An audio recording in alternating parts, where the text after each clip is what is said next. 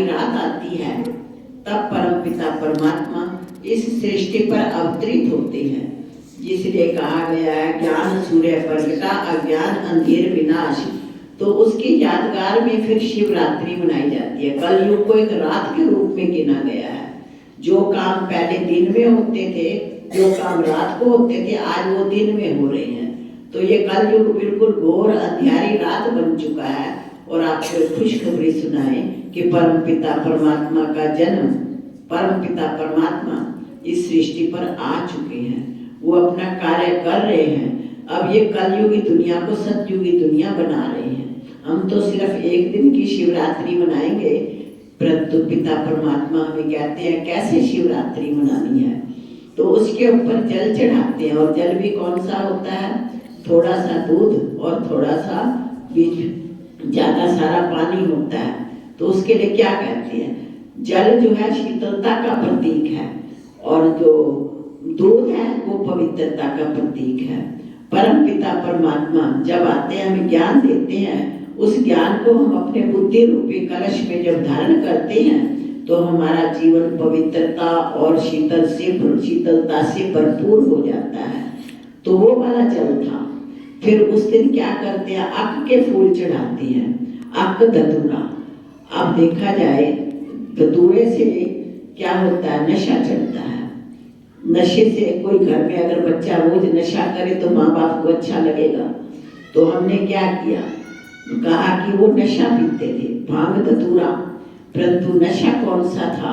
कहते हैं नाम कुमारी नानका चढ़ी रहे दिन रात। तो नशा तो था परमात्मा का, हमने वो नशा तो किया नहीं, और शिव के ऊपर धतूरा और भांग चढ़ानी शुरू कर दी, भांग के पकोड़े खाने शुरू कर दिए।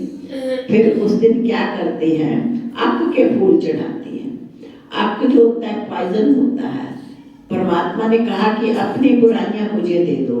कहते हैं ना, तेरे द्वार खड़ा भगवान भगत भर तेरे झोली। तो उसे कुछ नहीं चाहिए, वो दाता है, वो देने वाला है। अपनी बुराइयां मुझे दे दो।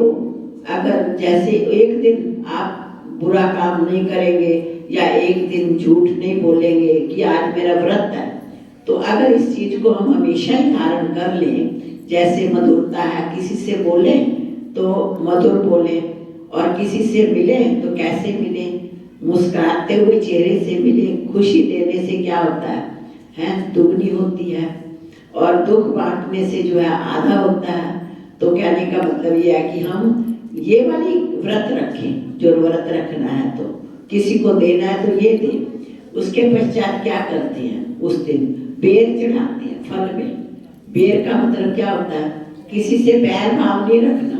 हमने बैर भाव रखना तो छोड़ा नहीं, और शिव के ऊपर जाकर के बेर चढ़ानी शुरू कर दी है। तो वास्तविकता शिवरात्रि तो तब होगी अगर हम अपनी बुराइयों को छोड़ेंगे। फिर उस दिन व्रत रखते हैं। व्रत का मतलब सिर्फ अन्न नहीं खाते, बाकी तो सारा दिन सब कुछ खाते रहते हैं। तो अन्न ना खा करके कहेंगे हमारा आज व्रत है, तो वो तो कभी भी रख सकते हो शरीर को ठीक करने के लिए। तो व्रत कौन सा रखना है? दृढ़ता का व्रत रखना है। उस दिन आपके सामने कोई 36 प्रकार की चीजें भी दे दे, कहेंगे नहीं आज नहीं मेरे को खानी, आज तो मेरा व्रत है। समोसे दे दे, पकोड़े देंगे, कभी नहीं खाएंगे, क्योंकि आज मेरा व्रत है। तो व्रत का मतलब दृढ़ता है। तो दृढ़ता अपने जीवन में धारण करनी है। बुराई को छोड़ना है, रोज कोई ना कोई चीज को छोड़ना है। एक एक दिन का अभ्यास करते जाएंगे तो हमारा जीवन श्रेष्ठ बनता जाएगा। फिर उस दिन रात को जागरण करते हैं। एक दिन जागरण करने से कहते हैं परमात्मा खुश हो जाता है। परमात्मा ऐसे थोड़ा खुश हो जाएगा। परमात्मा को खुश करने के लिए तो हमें उसको निरंतर याद करना पड़ेगा।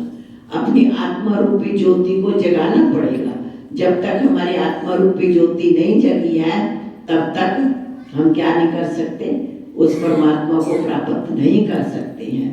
तो जो सही मायनों में हमारी शिवरात्रि होगी वो यही होगी कि हम उस दिन क्या करें? व्रत रखें और इन सारी चीजों को अपने ध्यान में रखें।